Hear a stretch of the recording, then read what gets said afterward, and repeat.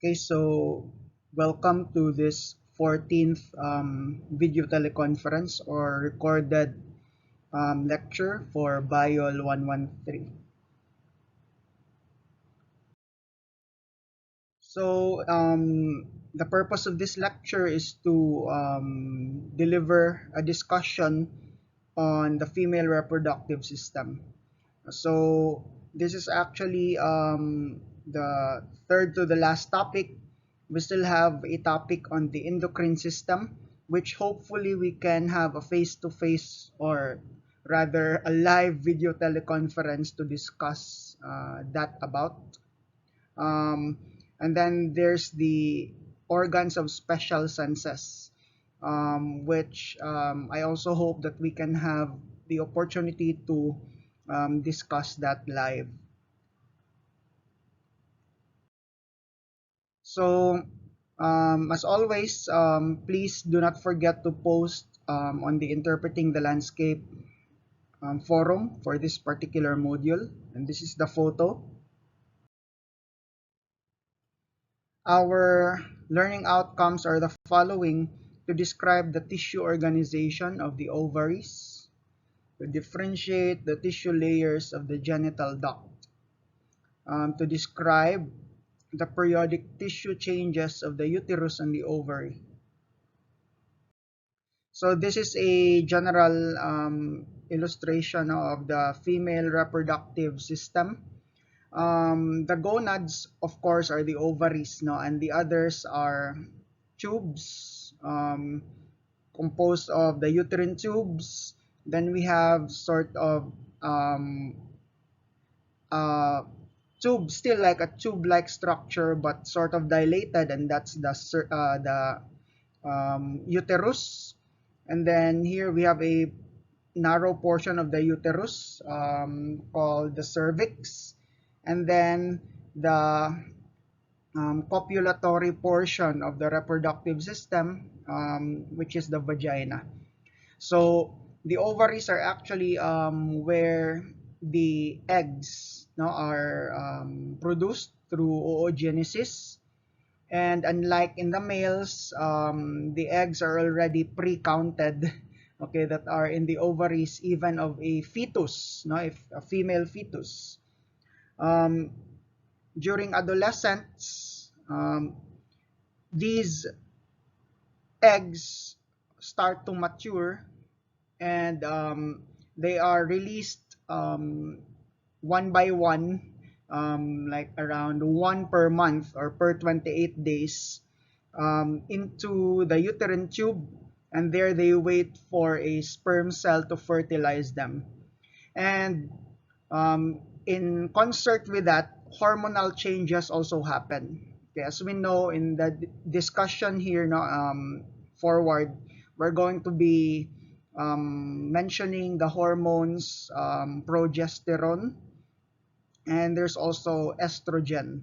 The progesterone is made by or produced temporarily by um, the corpus luteum, um, and the estrogen is produced by the follicle, no, and the egg cell itself. So the ovaries are held here in place by the broad ligament. So we can see the ligament here, and it's actually connected. No, the ovary is connected to the fallopian tube or the uterine tube that we see here, or the oviduct. They're the same. Um, Through this portion, which have or which has this projection that we see here called fimbriae. And when the egg cell actually the follicle actually erupts out of the ovary, it moves through this uterine tube, and somewhere in the ampulla it will rest and wait for a sperm cell. And then once it's fertilized, the fertilization happens here, it will then move down through the isthmus and then into the intramural portion of the uterine tube, and it will implant itself um, on the endometrium, the mucosal layer of the uterus. And then again, hormonal changes will maintain that the growth of the zygote, and eventually the zygote will become an embryo. And eventually the embryo and or the fetus now will actually have connected blood supply between the mother and that fetus. But it's important to take note now that there is no mixing of the blood. Okay, but there's a connection, but no mixing through the umbilical cord, which we will talk about later in the later part of the video. Okay, so this is a structure of the ovary. As you know already from the laboratory, that the ovary is made of two main layers. We have the cortex, the cortical layer. That's where the follicles are actually found. The follicles can be of different stages of development, from primordial to the Graafian follicle, and then it erupts, and what remains will be the um, corpus luteum, and then the corpus luteum will become corpus albicans, and then will become a scar tissue on the ovary. Now, many of these follicles do not even survive to undergo these changes. They undergo what we call as atresia. We term them as atretic follicles, wherein they degenerate and they are sort of reabsorbed back into the body.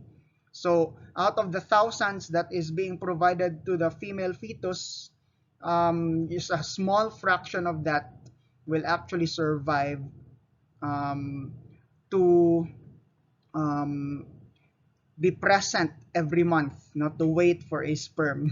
So that's the cortical region. And then here we have the medulla. The medulla is devoid of any of these follicles, but it's rich in blood supply and nerve supply.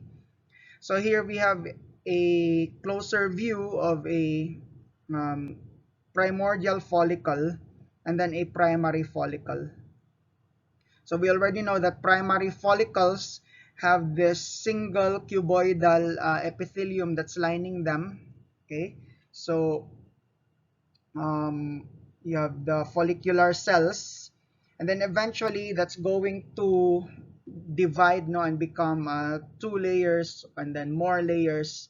So you now have a stratified cuboidal epithelium lining the egg cell. So you now have a secondary follicle, as we see here. So we have the egg itself here, the oocyte, and then surrounding the oocyte is an acellular layer called the zona pellucida, and then of course the follicular cells. And you can see there are at least two layers here already, and the antrum is already starting to form in between these two layers of follicular cells. And here we have the Graafian follicle. This is the last stage that has the egg inside of the follicle. This egg will eventually burst out of the ovary and into the fallopian tube. So here we can see that the egg is surrounded still by zona pellucida. Okay, and then we have the corona radiata, the follicular cells that remain surrounding with the egg. And then we have the antrum filled with a fluid, and then lining the whole follicle from the outside will be another layer of follicular cells. And then connecting the corona radiata with the outer layer of follicular cell will be the cumulus oophorus, still made of follicular cells. And then of course we have here the theca folliculi on the outside. So the theca folliculi cells are actually the ones that secrete substance that is going to be turned into estrogen. So the presence of these follicles in the ovary and their development actually contributes to the estrogen that is present in the blood of the female. Okay, so musaka ang estrogen because of the presence of these follicles. So if the egg cell from the Graafian follicle bursts out, what remains will be this. Okay, this is now the corpus luteum, and you can see the lumen here where the follicle, where the egg cell was supposedly is now sort of filled with blood, so it's called corpus hemorrhagicum. But that hemorrhage there will be reabsorbed by the body, so you will just have something that looks like this. So you can see lutein cells now, and you have this sort of capsule. These lutein cells actually secrete progesterone. So the corpus luteum is an endocrine gland, but it's sort of temporary because this will disappear following the month or so period, no, in the females. And then once it starts disappearing, it actually becomes the corpus albicans, as we see here. And then the corpus albicans will eventually become a scar tissue on the ovary. So notice in the cross section of the ovary here, there are several follicles at different stages of development also. So you have the estrogen produced by the follicles themselves, no, with cells surrounding them.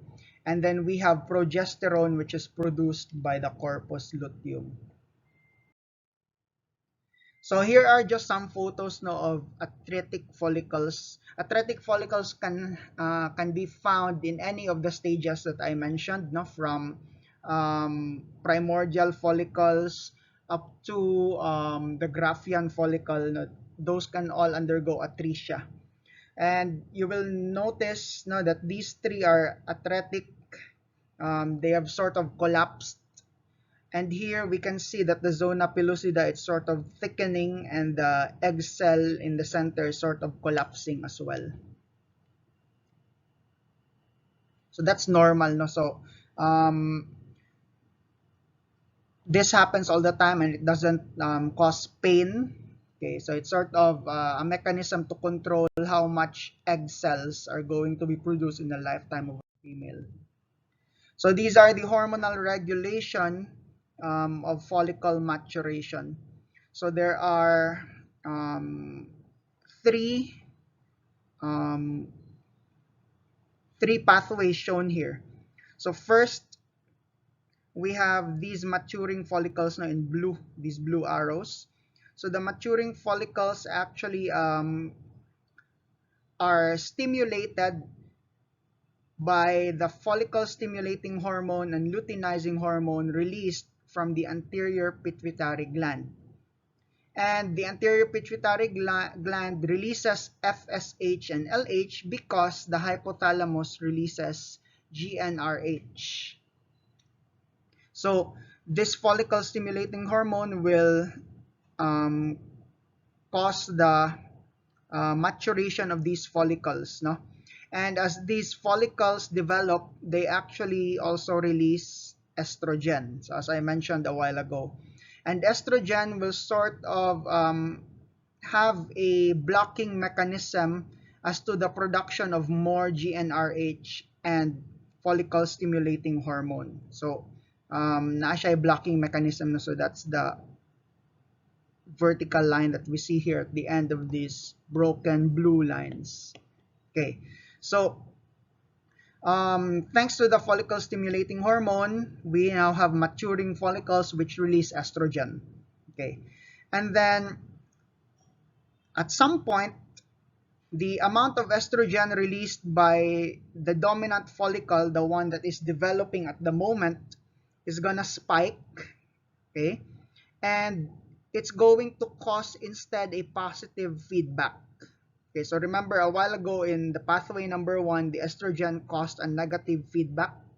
But now through the persistent release of estrogen by the dominant follicle, there is a positive feedback that causes the anterior pituitary gland to release luteinizing hormone, and this spike of the luteinizing hormone will cause the release of the egg cell from the follicle. We call ovulation.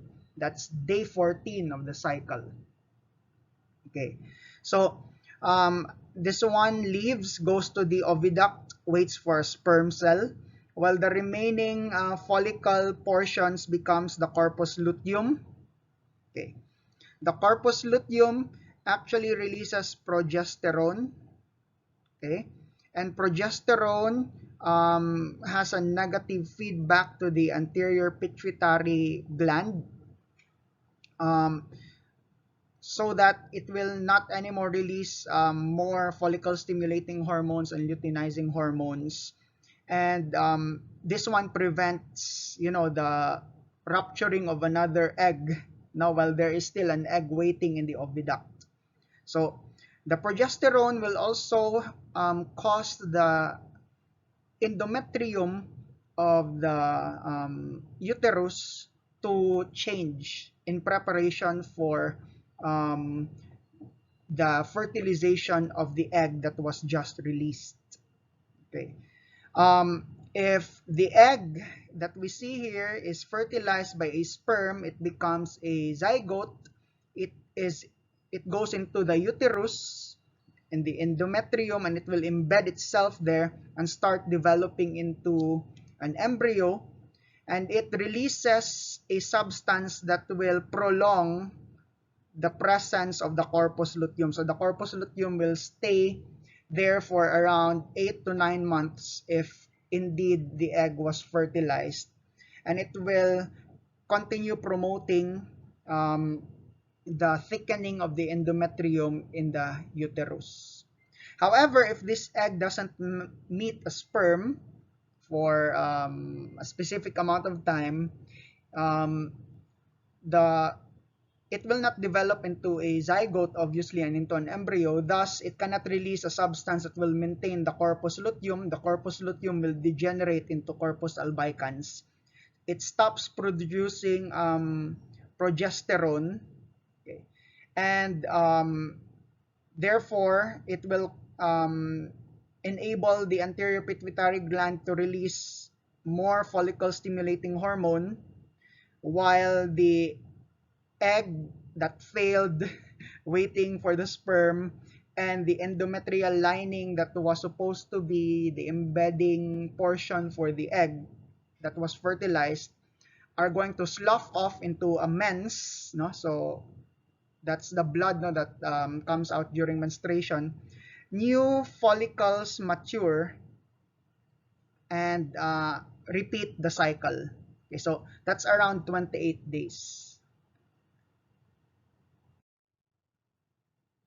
And so here we have another organ, the oviduct. So the oviduct is the manual actually said that the proximal portion is this infundibulum, maybe proximal to the ovary, but the proximal part is this isthmus, the one that we see here, no? Okay.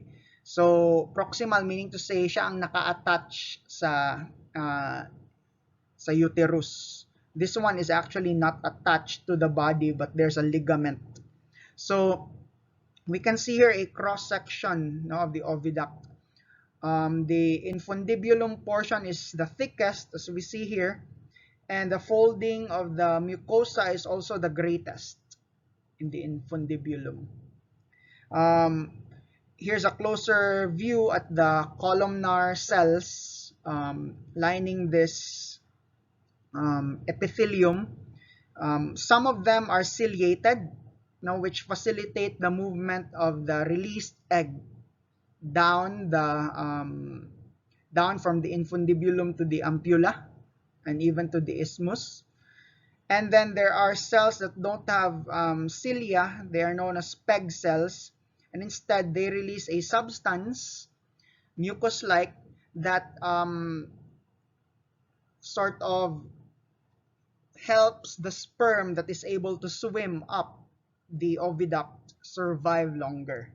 Okay, so ginatabangan niya aning PEG cells through its secretion the sperm to survive, and eventually to fertilize the egg. Then here at the isthmus part, the oviduct becomes simpler, not simpler in epithelial foldings, and it also becomes more muscular, no, as it joins the muscular uterus in this intramural portion. So this is the cross section of the uterus here. Here's a drawing of that. So the uterus is actually supplied with blood through the arcuate arteries.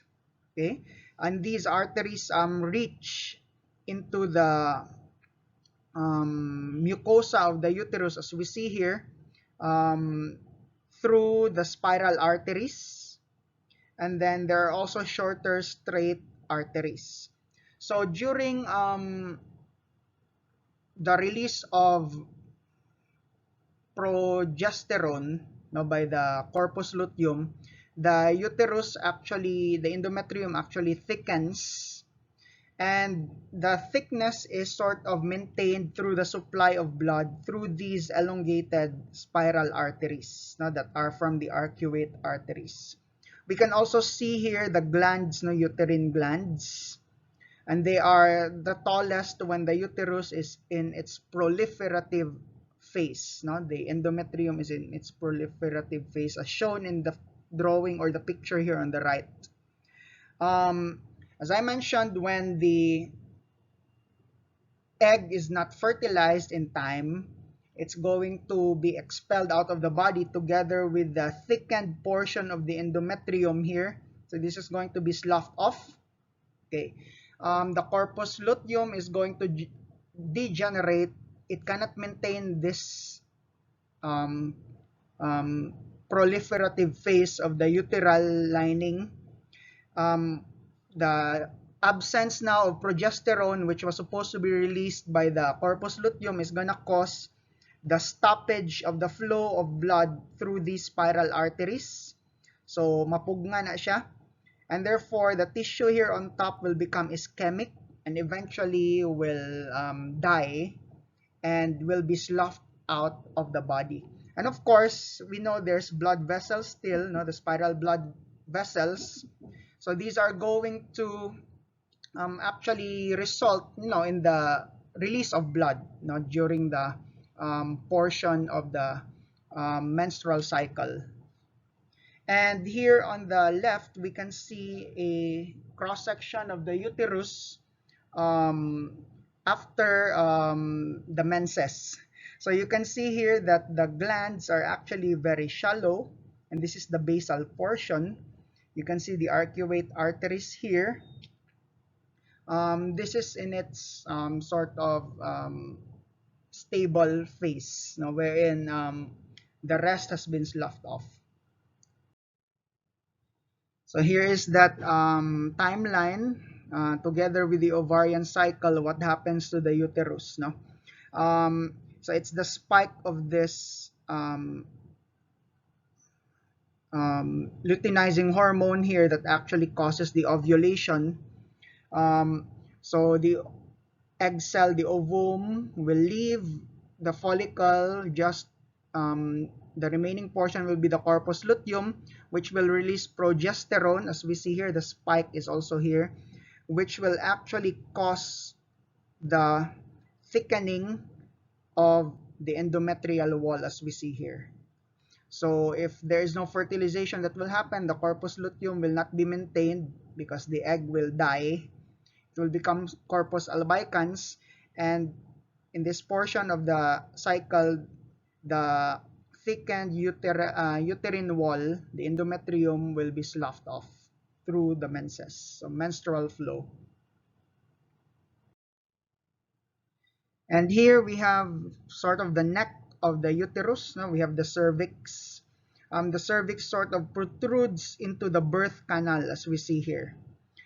It's lined with glands, and the epithelium is columnar, and the glands are able to secrete mucus substance. But then there's a portion called the transformation zone.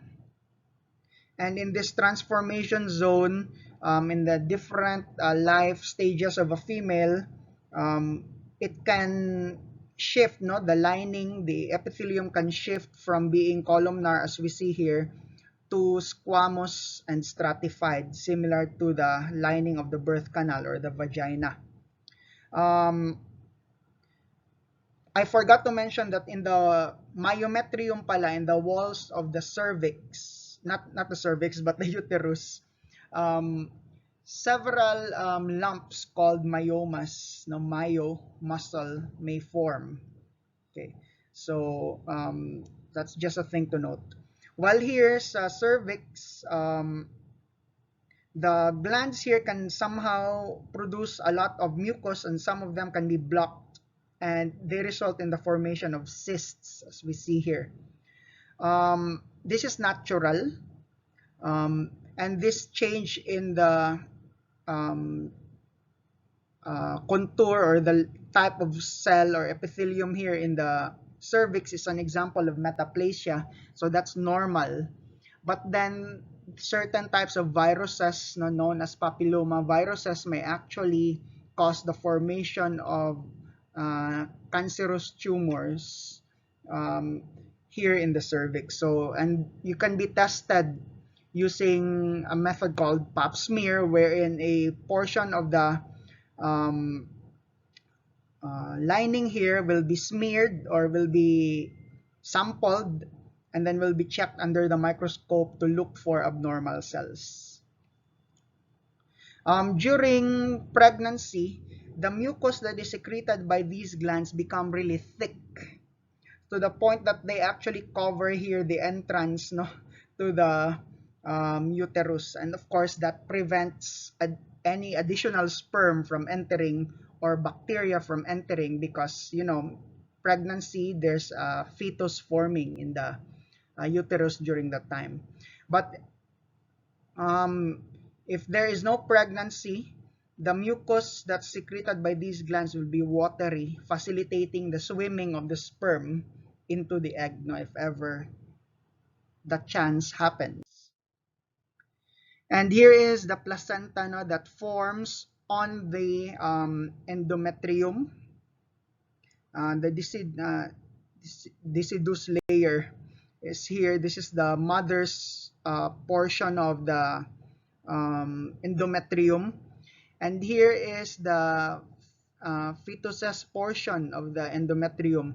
So you can see that there are finger-like projections that are going into this space between this portion on top and the portion at the bottom. So mothers, nadiri sa obos, fetuses here on top. These are chorionic villi, and they actually house in them blood vessels, and these blood vessels from the fetus will actually be able to receive substances from the mother's blood as well, but there's no mixing of blood, no, through diffusion, for example. Even immunoglobulins like IgG can actually cross through this blood barrier that we see here in the placenta. So during birth, this placenta is going to be moved out of the woman's body as well, together with the fetus. By the way, this portion here, the intravilli spaces or sinuses, is actually going to be filled with blood, no, from the mother through the maternal spiral artery. So the blood here will sort of have an open circulation, but it's not going to mix with the fetus's blood. The fetal blood is going to enter here through these villi, through, of course, the umbilical cord. No. And then here's the birth canal, no, the vagina. So you already know that the lining is stratified squamous, non-keratinizing. And here we have the muscularis. In the manual, our section of the vagina there had a submucosa. But you can research, no, if the vagina will indeed have submucosa at some instances or not. But here we can see muscularis, made mostly of smooth muscles, but on the certain parts of the vagina, they are made of um, skeletal muscles, which are voluntary. So these epithelial cells actually fill with glycogen. No? So some of them look hollow. And as they desquamate, as they die, the glycogen in their cytoplasm is released onto the surface of the vagina.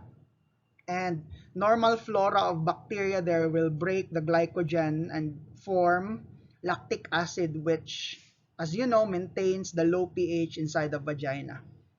The vaginal lining here, the mucosa, doesn't have any glands, but the mucous glands from the cervix, as we see here from the top, can actually trickle down into the vagina to moisten the lining. Not only that, but blood vessels here on the sides, no, of the epithelium of the mucosa may actually also seep some liquids onto the surface here of the epithelium. And lastly, this is a secondary sexual organ, sex organ for the female, the mammary glands. We see two stages here. Here's the first one, when there's no pregnancy. The gland itself is sort of very similar to the ones found in males, because males also have mammary glands. But in females, during pregnancy, hormones will actually cause the increase in size of the alveoli, no, that produce milk in these mammary glands. And of course, we know that milk production, the secretion is apocrine in terms of the sebum or the oil secretion in milk, and merocrine in terms of protein secretion. Also good to note is that the mammary gland is sort of a modified apocrine sweat gland. Now that's found here in the breast and opens to the outside through the pores found on the nipples in the areola. And here we can see a magnified view of the alveoli during pregnancy, of a lactating, not just during pregnancy, but even after, of a lactating mammary gland. So this one ends our my recorded video on the female reproductive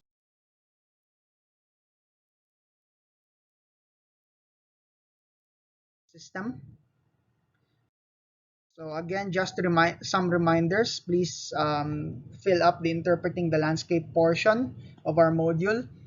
The quizzes for the final, the quizzes for the female reproductive system, endocrine system, and sense organs will be incorporated in the final exam instead.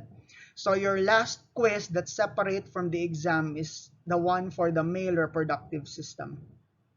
And the schedule of the exam, I will just announce it in our course wall, when the registrar's office releases that schedule. So thank you for listening, and I hope you will continue reading on to the next chapter of our lesson.